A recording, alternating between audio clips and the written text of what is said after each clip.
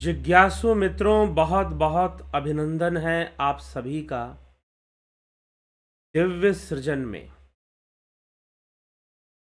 प्रत्येक दिवस की भांति आज भी हम यहाँ पर लाइव चर्चा का कार्यक्रम शुरू कर रहे हैं और आज की लाइव चर्चा का जो विषय है, योग क्या है,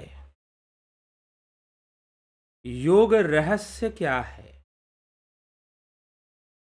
अब यह विषय बहुत ही महत्वपूर्ण विषय है, लेकिन बड़ी साधारण सी बात लगती है यह कहने में या यह प्रश्न करने में कि योग क्या है और योग रहस्य क्या है। हम इस विषय पर चर्चा करेंगे। आधार होगा श्रीमद् भगवत गीता। जैसा कि आप सबको विदित है, पता ही है कि श्रीमद् भगवत गीता पर ही हमारी चर्चा चल रही है। तो योग क्या है, इस विषय को भी हम श्रीमद् भगवत गीता के अनुसार ही तो समझेंगे। तो योग करने का तात्पर्य क्या होता है, योग का क्या उद्देश्य होता है और योग है क्या। आज के समय में यह और भी बहुत बड़ा प्रश्न बनता है कि योग क्या है। क्यों प्रश्न बनता है, योग क्या है, यह बहुत बड़ा प्रश्न क्यों बनता है। वो इसलिए बनता है क्योंकि जो योग है वह क्या है और लोग क्या समझते हैं। लोग क्या समझते हैं योग के विषय में। वैसे चलिए, योग के बहुत सारे लाभ हो सकते हैं। जैसे कि सुनिए, ऐसा है आपके पास साइकिल है, बाइसिकल। आजकल लोग कम चलाते हैं, पहले तो सारा काम उसी से होता था, बाइसिकल से ही होता था, पैडल वाली, जिसको लोग मेहनत से चलाया करते थे। आजकल बहुत सारे लोग साइकिल चलाते हैं अपने आप को स्वस्थ रखने के लिए, फिट रखने के लिए। साइकिलिंग एक्सरसाइज करते हैं अपने आप को फिट रखने के लिए, अपने आप को स्वस्थ रखने के लिए। ठीक है, मान लीजिए कि किसी व्यक्ति ने साइकिल खरीदा, या पहले लोग साइकिल से ही घूमते थे, अच्छे अच्छे लोग, आर्मी के ऑफिसर, मिलिट्री ऑफिसर, जो अधिकारी होते थे, वो भी साइकिल का प्रयोग करते थे। लेकिन आज से बहुत पहले, 30-40 साल पहले। और ज़्यादातर लोग साइकिल पर निर्भर थे। ठीक है, और साइकिल से ही काम चलती थी। कारें बहुत कम थी, मोटरसाइकिलें भी बहुत कम थी। शहरों में दिखती थी, गांवों में तो बिल्कुल नहीं दिखती थी। गांवों में मात्र साइकिल ही दिखती थी। तो साइकिल लेने का या साइकिल रखने का उद्देश्य क्या है। गांव का एक व्यक्ति, या कहीं पर भी शहर में भी कोई व्यक्ति है, उसका साइकिल लेने का, कोई छात्र है, स्टूडेंट है, पढ़ाई करता है, उसको दूर जाना है अपने स्कूल, लगभग 5 किलोमीटर 10 किलोमीटर यात्रा तय कर कर उसको स्कूल जाना है, कॉलेज जाना है, तो लोग साइकिल का ही प्रयोग किया करते थे। साइकिल का प्रयोग करने का उद्देश्य क्या था, ये आप बताइए। साइकिल के प्रयोग करने का उद्देश्य क्या था। उद्देश्य यही था कि लंबी दूरी है और आप लंबी दूरी को तय करना चाहते हैं, तो साइकिल से कर लीजिए, आसान हो जाएगा, जल्दी पहुंच जाएंगे। पैदल चलकर जल्दी नहीं पहुंचेंगे, और साथ में कुछ सामान भी ले जा सकते हैं। तो साइकिल पर लोग बहुत भारी भारी सामान भी उठाते थे। तो वास्तव में साइकिल प्रयोग का उद्देश्य यह था, साइकिल प्रयोग का उद्देश्य तो यही था कि भाई आप जो है अपने काम को अच्छे से कर लें। कोई भारी सामान आपको ले जाना है तो साइकिल के कैरियर पर रख कर ले जाएं। और साइकिल सस्ता साधन था, कम पैसे में लोगों को मिलता था और काम बहुत निकाल देता था। तो लोग साइकिल का प्रयोग करते थे अपने कार्य को पूर्ण करने के लिए, कहीं आने जाने के लिए, बाजार जाने के लिए, बाजार से सामान लाने के लिए छात्र प्रयोग करते थे, स्कूल जाने के लिए, कॉलेज जाने के लिए, जो स्टूडेंट क्लास था वो। ठीक है, तो अब साइकिल जो है बहुत इस उद्देश्य से, मुख्य रूप से साइकिल का प्रयोग यही था कि यह एक साधन है, एक व्हीकल है, एक प्रकार का वाहन है, एक तरह का, जिसके माध्यम से आप कुछ दूरी तय कर सकते हैं। और जहां आपको पैदल चलकर पहुंचने में बहुत समय लगेगा, साइकिल से आप कम समय में पहुंच सकते हैं। जहां पर पैदल चलकर आपको आधा घंटा लगेगा, साइकिल से आप 5 मिनट में, 10 मिनट में वहां पहुंच सकते हैं, अगर बाइसिकल से जाते हैं। तो साइकिल प्रयोग करने का उद्देश्य, साइकिल इसलिए नहीं बनाई गई थी कि आप को फिट रखेंगे, आप एकदम फिट रहेंगे, तंदुरुस्त रहेंगे, बॉडी आपकी अच्छे शेप में रहेगी। साइकिल बनाने का यह उद्देश्य नहीं था, या फिर आपका ब्लड सर्कुलेशन बहुत अच्छा रहेगा। साइकिल बनाने का यह उद्देश्य नहीं था। साइकिल जिसने भी आविष्कारक ने बनाया, वो इस उद्देश्य से नहीं बनाया था कि आपकी फिटनेस अच्छी रहेगी, आपका ब्लड सर्कुलेशन अच्छा रहेगा, आपका फिजिकल फिटनेस बहुत बढ़िया बनी रहेगी। इस उद्देश्य से साइकिल बनाने वाले ने, साइकिल के आविष्कार करने वाले ने इस उद्देश्य से नहीं किया था। और ना साइकिल लोग इस उद्देश्य से खरीदते थे, और ना ही साइकिल लोग इस उद्देश्य से चलाया करते थे। यह भी समझ लीजिए, यह कोई उद्देश्य नहीं है कि आप इस उद्देश्य से साइकिल खरीदेंगे, आप इस उद्देश्य से साइकिल चलाएंगे। जी नहीं, उद्देश्य तो एक ही था, यात्रा करना, अपनी यात्रा को सहज करना, सरल बनाना, जो लंबा समय लगता है कम समय में काम हो जाए, इसलिए लोग साइकिल खरीदते थे। लेकिन अब साइकिल का उद्देश्य एक और पूरा होता था कि भाई फिजिकल फिटनेस बनी रहती थी, शारीरिक स्वास्थ्य जो है आपका सही रहता था, आपकी जो फिजिकल फिटनेस है वो बनी रहती थी, आपका शारीरिक स्वास्थ्य बहुत अच्छा रहता था साइकिल चलाने से। ठीक, ब्लड सर्कुलेशन अच्छा रहता था, पैरों में, घुटने में फ्लेक्सिबिलिटी बनी रहती है साइकिल चलाने से। जी हाँ, यह सब भी तो फायदे हैं ना साइकिल चलाने के। लेकिन अब आप क्या करो कि आप साइकिल चलाने का उद्देश्य ये बताओ कि भाई साइकिल चलाने का तो यह उद्देश्य है कि आप एक जगह से दूसरी जगह की यात्रा करें या ना करें, लेकिन साइकिल आप चलाने का यह उद्देश्य है कि आपका बॉडी फिटनेस अच्छा रहेगा, फिजिकल फिटनेस आपकी अच्छी रहेगी, हेल्थ अच्छा रहेगा, ब्लड सर्कुलेशन अच्छा रहेगा। क्या यही इसीलिए साइकिल बनाई गई थी कि आपका ब्लड सर्कुलेशन अच्छा रहे, आपका हेल्थ अच्छा रहे? नहीं, साइकिल बनाई गई थी कि आपको एक जगह से दूसरी जगह पर यात्रा करना है। तो वैसे ही योग के विषय में बहुत सारे भ्रम है। ठीक है, लोग योग सीख रहे हैं, योगासन सीख रहे हैं, योगा कर रहे हैं, योग नहीं, आजकल योगा कर रहे हैं। तो अब योगा करने से बहुत सारे लाभ मिलते हैं। जी हाँ, योगा करने से आपका ब्लड सर्कुलेशन भी ठीक रहता है। हठ योग अगर आप करते हैं, जिसमें कि आसन, प्राणायाम, मुद्रा, षडकर्म, इन सभी क्रियाओं को बताया जाता है, सिखाया जाता है, कराया जाता है, तो आपके बॉडी का डिटॉक्सिफिकेशन हो जाता है षटकर्म में। ठीक, धौती, नेति, बस्ती, नौली, त्राटक और कपालभाति। जब आप षटकर्म की क्रियाएं करते हैं तो क्या होता है, आपका शोधन हो जाता है, आपके शरीर का शोधन हो जाता है, शरीर से गंदगी बाहर निकल जाती है। लेकिन एक बात बताइए कि जब शास्त्रों में षटकर्म लिखा गया, तो क्या मात्र गंदगी शरीर से बाहर निकलना और शरीर को ठीक करना यही मात्र उद्देश्य था? जी नहीं। घेरंड संहिता घटस्थ योग में घट को मजबूत करने की बात कही गई है निश्चय रूप से, लेकिन फिर भी योग का उद्देश्य घेरंड संहिता में शरीर का स्वस्थ रहना या शरीर का दीर्घायु होना नहीं है, समाधि को प्राप्त करना ही उद्देश्य है।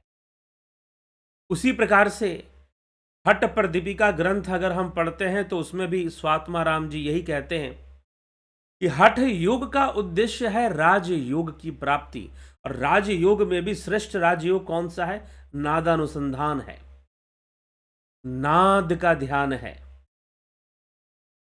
नाद ध्वनि का ध्यान करना, उसमें एकारूप हो जाना, एकाग्र हो जाना, लय हो जाना। नाद लय को सर्वश्रेष्ठ लय बताया है स्वात्मा राम जी ने हठ प्रदीपिका ग्रंथ में।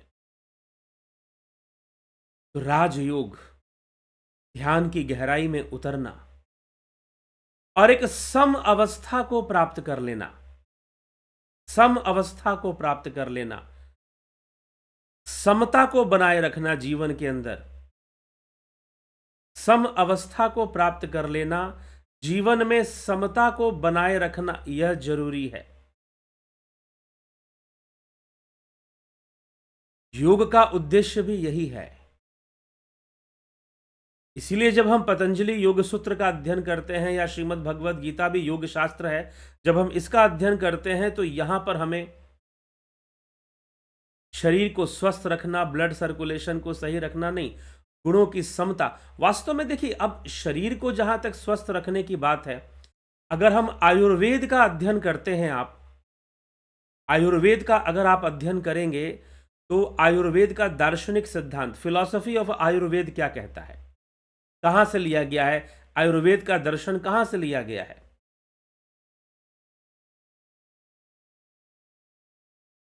तो आयुर्वेद का दर्शन कहां से लिया गया है?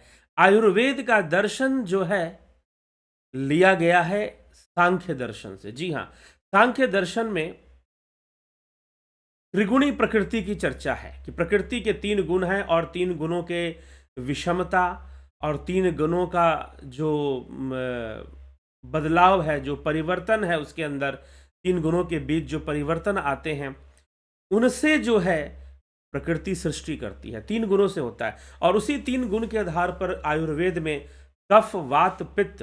अब मोक्ष की क्या परिभाषा है? 3 गुणों की समता से मोक्ष होगा, समाधि होगी। आयुर्वेद के अनुसार इसी 3 गुणों से कफ, वात, पित्त भी निर्मित होते हैं और कफ, वात, पित्त का सम रहने से व्यक्ति स्वस्थ रहता है, व्यक्ति स्वस्थ रहता है। फिर तो यह भी आयुर्वेद के दर्शन को, फिलॉसफी ऑफ आयुर्वेद को अगर आप पढ़ेंगे तो आपको पता चलेगा सांख्य दर्शन के 3 गुणों से ही आयुर्वेद के सिद्धांतों को बनाया गया है। कफ, वात, पित्त को त्रय दोष, 3 गुण, 3 दोष, त्रिएषणा, अग्नि भी, अग्नि के बारे में भी चर्चा मिलती। तो इस प्रकार से आयुर्वेद में भी ये 3 गुण और 3 विकार, 3 दोष, कफ, वात, पित्त की चर्चा होती है। तो उसी आधार पर उसमें समता हो जाने से, कफ, वात, पित्त का सही संतुलन बने रहने से हमारे शरीर में क्या होता है? कफ, वात, पित्त का अगर सही संतुलन बना रहे शरीर के अंदर तो शरीर बिल्कुल मजबूत रहता है, सबल रहता है, स्वस्थ रहता है। यह लाभ प्राप्त हो जाता है शरीर के स्वास्थ्य का अगर कफ, वात, पित्त संतुलित रहे। 3 गुणों के संतुलित होने से, 3 गुणों के संतुलित होने से समाधि होती है, मोक्ष होता है, फिर कैवल्य होता है। फिर सांख्य शास्त्र के अनुकूल अगर हम इस बात को समझें तो ठीक है। तो योग का उद्देश्य क्या है? योग का उद्देश्य सम हो जाना है। और यही तो भगवान कृष्ण अर्जुन से कहते हैं कि सुख दुखे समे कृत्वा लाभा लाभो जया जयो। कि सुख दुखे समे कृत्वा, कि सुख और दुख में सम होना, लाभ और हानि में सम होना, जय और पराजय में सम होना। तो तू सम हो जा। अर्जुन को सम होने के लिए कहा जा रहा है कि तू इस द्वंद्व से बच और द्वंद्वों से प्रभावित मत हो, उनको सहन कर। राग द्वेष रूपी जो द्वंद्व जीवन में आते हैं उनको सहन करते हुए तू अपने लक्ष्य की ओर आगे बढ़। तू अपने लक्ष्य की ओर आगे बढ़ और निरंतर तू अपने लक्ष्य की ओर आगे बढ़ता ही जा। तुझे जय मिले, पराजय मिले, जो भी अवस्था आए, जैसी भी परिस्थितियां बने, भैया आगे बढ़ते रहो। और उसमें जैसे भी तुझको सुख दुख प्राप्त होंगे उनको तुझे सहन करना चाहिए और समभाव रखना चाहिए। यह भगवान श्री कृष्ण समझा चुके हैं अर्जुन को। लेकिन अब वह योग की परिभाषा देते हैं कि योग क्या है, योगी होने का अर्थ क्या है और योग क्या है। तो इस श्लोकों के मध्य अगर हम देखेंगे तो श्री कृष्ण क्या उत्तर देते हैं, क्या कहते हैं, यह समझना भी अत्यंत आवश्यक है। तो कल 45वें श्लोक तक हमने विषयों को चर्चा में रखा। द्वितीय अध्याय सांख्य योग नामक द्वितीय अध्याय, ठीक है। उसी में 46वें श्लोक में भगवान कहते हैं यावन अर्थ उदपाने सर्वतः संप्लुतोदके तावान सर्वेषु वेदेषु ब्राह्मणस्य विजानतः। सब तरफ से परिपूर्ण महान जलाशय के छोटे गड्ढों में भर जाने पर, छोटे गड्ढों में भरे जल से जितना प्रयोजन होता है वैसे ही तत्व से तत्वज्ञानी को, ब्रह्मज्ञानी को संपूर्ण वेदों में भी उतना ही प्रयोजन रह जाता है। इसके आगे कहते हैं हे अर्जुन कर्मण्यवाधिकारस्ते मां फलेषु कदाचन मां कर्म फल हेतुर्भुर्मा ते संगवस्त्व कर्मणि। कर्तव्य कर्म करने में ही तेरा अधिकार है, फलों में कभी नहीं है। कर्तव्य कर्म करने में ही तेरा अधिकार है, फलों में कभी नहीं है। अतः तू कर्म फल का हेतु भी मत बन, तेरी कर्म करने में भी आसक्ति ना हो। कर्तव्य कर्म करने में ही कर्मणि एवते अधिकार फलेषु, अर्थात कर्मण्यवाधिकारस्ते मां फलेषु कदाचन। कर्तव्य कर्म करने में ही तेरा अधिकार है, फलों में कभी नहीं। अतः तू कर्म फल का हेतु भी मत बन, कर्म फल पे आश्रित मत रह। तेरी कर्म ना करने में भी आसक्ति ना हो, तेरी कर्म ना करने में भी आसक्ति ना हो कि तू कर्म नहीं करेगा। तू कर्म कर, लेकिन कर्म फल के प्रति आसक्त मत रह। इसी तथ्य को और आगे समझाते हुए भगवान कृष्ण अर्जुन को योग को परिभाषित करते हुए कहते हैं योगस्थः कुरु कर्माणि संग त्यक्त्वा धनंजय सिद्धया सिद्धयो समो भूत्वा समत्वम योग उच्यते। योग क्या है हे धनंजय? आसक्ति का त्याग करके सिद्धि असिद्धि में सम रह। तुझे सिद्धि मिली असिद्धि मिली, कार्य सिद्ध हुआ ना रहा, तू समभाव में रह। सम होकर योग में स्थित हुआ, कर्मों को कर। समभाव में रहकर योग में स्थित हुआ, तू कर्मों को कर। यह समत्व की जो अवस्था है और समत्व की जो प्राप्ति है, इसी को योग कहते हैं। समत्व की प्राप्ति ही योग है। योग का उद्देश्य क्या है? क्या स्वर्ग का सुख मिल जाएगा? क्या रिद्धि सिद्धि मिल जाएगी? जी नहीं। योग का उद्देश्य है समत्व की स्थापना।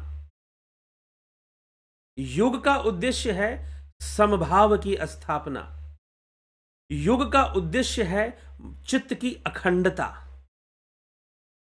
या योग का अर्थ है चित्त की अखंडता, चित्त वृत्ति निरोध, महर्षि पतंजलि लिखते हैं। तो हमारा जो चित्त है वो एकदम मजबूत होना चाहिए, अखंड होना चाहिए चित्त जो है। तो चित्त की अखंडता ही सबसे अधिक महत्वपूर्ण है। और सम अवस्था में रहे, चित्त वृत्ति का निरोध हो और सम अवस्था में बना रहे। सुख दुखे समय कृत्वा लाभ लाभो जया जयो, सुख दुख लाभ हानि जय पराजय, इन सब में सम की अवस्था बने रहे। और इस श्लोक में भी भगवान कृष्ण अर्जुन से यही कहते हैं सिद्धया सिद्धयो, सिद्धि प्राप्त हो या सिद्धि प्राप्त हो, समो भूत्वा, सम होकर योग में स्थित रहो। कर्माणि कुरु समत्वम, कर्मों को कर, क्योंकि समत्व ही योग कहलाता है। तो इस समभाव में रहकर अपने कर्मों को कर, तू इस समभाव में रहकर अपने कर्तव्यों को पूर्ण कर। उससे तुझे पीछे भागने की जरूरत नहीं है। अपने कर्तव्यों से पीछे भागना तेरे लिए उचित नहीं है। तू अपने कर्तव्य कर्मों को निश्चय रूप से कर, लेकिन समभाव रख के कर, सिद्धि असिद्धि में समभाव रख। और यह समभाव होने से ही समत्व की प्राप्ति होती है, और यह समत्व ही योग कहलाता है। समत्वम योगः उच्यते, समत्वम योगः उच्यते। यह जो समत्वम है, जो समत्व अवस्था है, वास्तव में यही योग है, समभाव को प्राप्त हो जाना।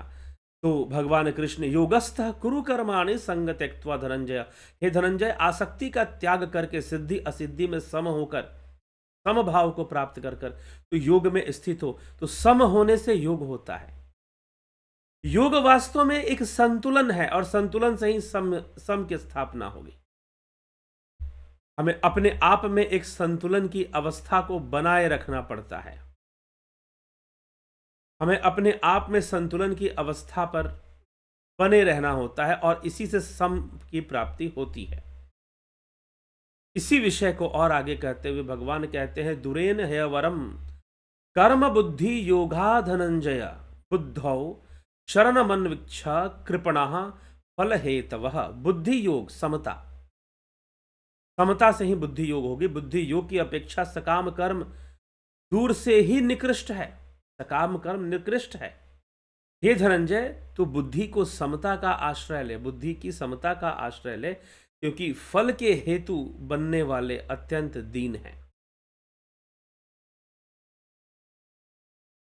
फल में आसक्ति रखने वाले अत्यंत दीन होते हैं, इसलिए तू फल में आसक्ति मत रख।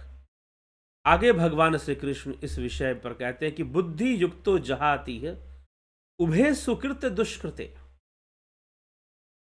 तस्मादोगाय युज्यस्व योगः कर्मसु कौशलम। तो योगः कर्मसु कौशलम, बुद्धि से समता युक्त मनुष्य यहां जीवित अवस्था में भी पुण्य और पाप दोनों को त्याग देता है, अतः योग में लग जाता है और कर्मों में योग ही सबसे बड़ी कुशलता, कर्मों में योग ही सबसे बड़ी कुशलता है। तो भगवान योग की परिभाषा देते हैं, कर्मसु योग कौशलम, कर्मों में योग। योग क्या है? कर्मों की कुशलता है। अब ये कौन सी बात हुई कि योग कर्मों की कुशलता? हम तो सोचते थे कि योग करने से स्वास्थ्य ठीक हो जाएगा, हृदय रोग ठीक हो जाएंगे, डायबिटीज ठीक हो जाएगा, लेकिन आप कह रहे हैं कि योग करने से समता की स्थापना, बुद्धि सम हो जाएगी और कर्म की कुशलता प्राप्त होगी। जी हाँ, कर्म की कुशलता अनासक्ति भाव में है, आसक्ति भाव में नहीं है। तो जब कर्तव्य का भान रहेगा और कर्मों और कर्म फल के प्रति कोई आसक्ति नहीं रहेगी, जब कर्तव्य का भान रहेगा, कर्म और कर्म फल में कोई आसक्ति नहीं रहेगी, तो बिना आसक्ति के जब कोई कर्म करोगे, बिना आसक्ति के जब कोई कर्म करोगे, तो उस कर्म का बहुत ही लाभ प्राप्त होगा, क्योंकि उसमें किसी प्रकार की आसक्ति जो नहीं है। आप आसक्ति मुक्त हो चुके, आसक्ति मुक्त हो चुके हैं और आप समभाव को प्राप्त कर चुके हैं, समत्व को प्राप्त कर चुके हैं। और समत्व को प्राप्त कर लेने के बाद आप योगी बन चुके हैं और समत्व को प्राप्त कर कर फिर कर्म कीजिए जीवन में, तो उसे ही कहा जाएगा कर्मों की कुशलता। कर्मसु योगः कौशलम, योगः कर्मसु कौशलम, बुद्धि युक्तो जहाति है उभे सुकृत दुष्कृते तस्माद योगाय युज्यस्व योगः कर्मसु कौशलम। कर्मों में कुशलता ही योग है, कर्मों में कुशलता ही योग है। तो हमें कर्मों में कुशलता रखनी है, यह ज्यादा महत्वपूर्ण। और कर्मों में कुशलता आएगी कैसे? संभाव से आएगी, समत्व बुद्धि से आएगी, समबुद्धि से आएगी। जी हाँ, तभी निष्काम भावना से करने योग्य सारे कर्म आप सही ढंग से कर पाएंगे, नहीं तो बहुत सारी गड़बड़ियां करेंगे और फिर पछताएंगे,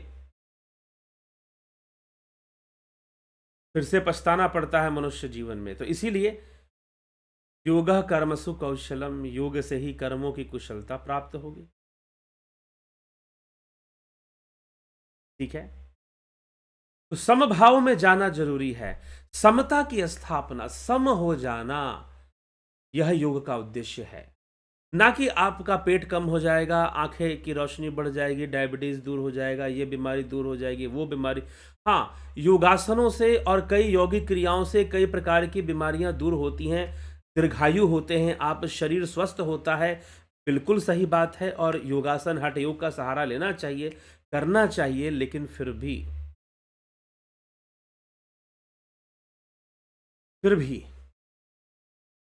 योग का जो उद्देश्य है, हठयोग करिए, आप आसन कीजिए, शरीर को स्वस्थ रखिए। योग का उद्देश्य मात्र इतना ही नहीं है। उस परम अवस्था में पहुंचना, परम धाम की अवस्था में पहुंचना योग का उद्देश्य है। इस पर हमें विचार करना हो। इससे योग का उद्देश्य पूर्ण होता है। साधना से, ध्यान योग से, राजयोग से, नादानुसंधान से।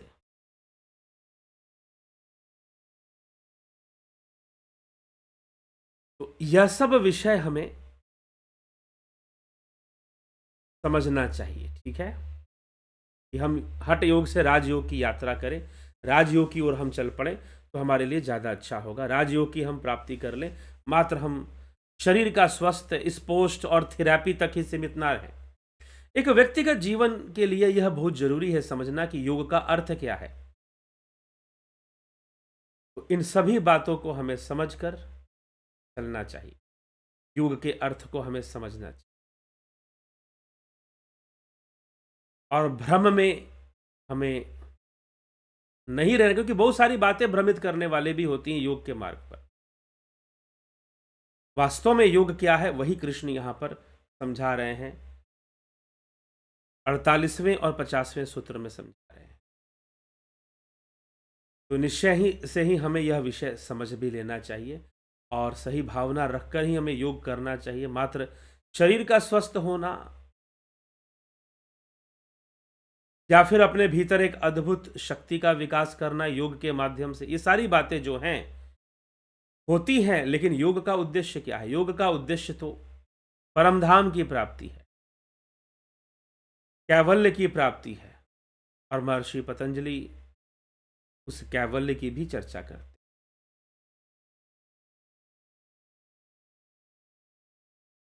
तो जिज्ञासुओं, जैसा कि आपको पता है कि समभाव कैसे आएगा? ध्यान योग से आएगा।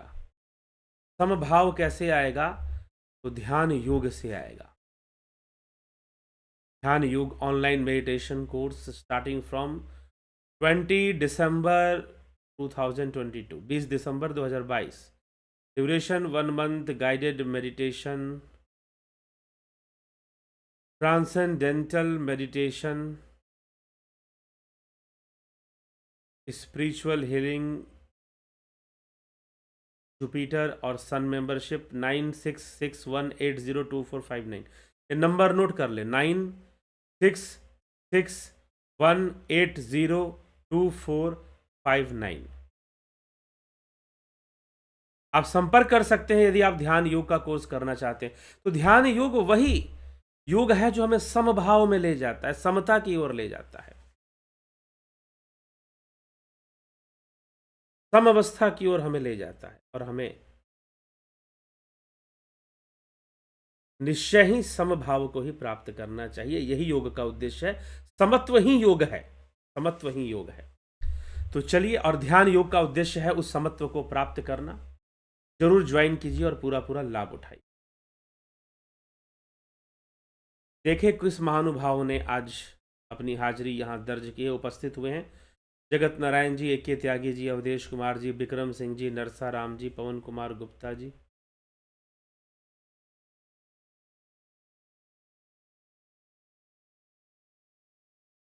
शंकर प्रसाद जी, अर्जन भाई चौहान, राजू पाल जी, शिखर शर्मा जी, सीताराम माली जी, बहुत अभिनंदन है। अवनी प्रधान जी, मानवेंद्र सिंह जी,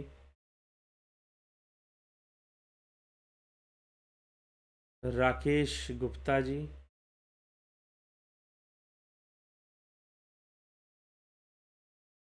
विनोद के सूद जी, रिपुल रूपलाल विश्वकर्मा जी, राम लखन राजपूत, जितेंद्र साहू, दयानंद जी, विमला शाह जी, दया रानी, घनश्याम सरोदे,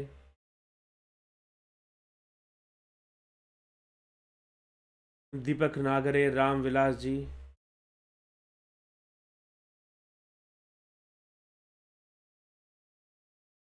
कुंभा राम जी, आशा रानी जी, निशांत जी, भरत छबलानी, निशांत, राम निवास मीना, विष्णुचंद्र मौर्य, ओमराज हेम्ब्रॉम, समीर शर्मा,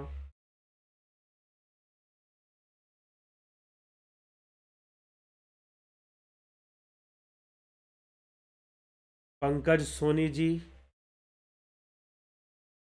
प्रशांत सेठ जी, गीता प्रसाद जी, सोमनाथ शिंदे, उषा श्रीवास्तव जी, सबका बहुत बहुत अभिनंदन है इस कार्यक्रम में।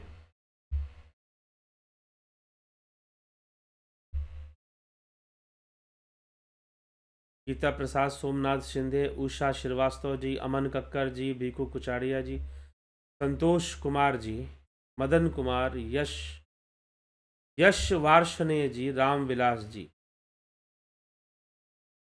तो आप सभी को बहुत बहुत अभिनंदन है। इस कार्यक्रम में जुड़े रहें, बने रहें और पूरा इसका लाभ उठाते रहें। तो चलिए फिलहाल आज के कार्य, यह योग की परिभाषा क्या है, योग रहस्य क्या है, इसी विषय पर हमारा चर्चा है। योग जीवन जीने का बेहतरीन तरीका है, सम होकर निष्काम भावना से। ठीक है, या इस पर हमें ध्यान देना है। तो मोक्ष मिलेगा, कोई ईश्वर परमात्मा मिलेगा, वो बहुत बाद की बात है। अपना योग करेंगे तो अपना जीवन सुधरेगा, अपनी लाइफ स्टाइल ठीक होगी, आदतें ठीक होगी, नई आदतों का विकास होगा, शरीर की बनावट ठीक रहेगी, आप स्वस्थ रहेंगे, सुंदर रहेंगे। तो यदि आप योग करते हैं तो निश्चय ही योग होगा।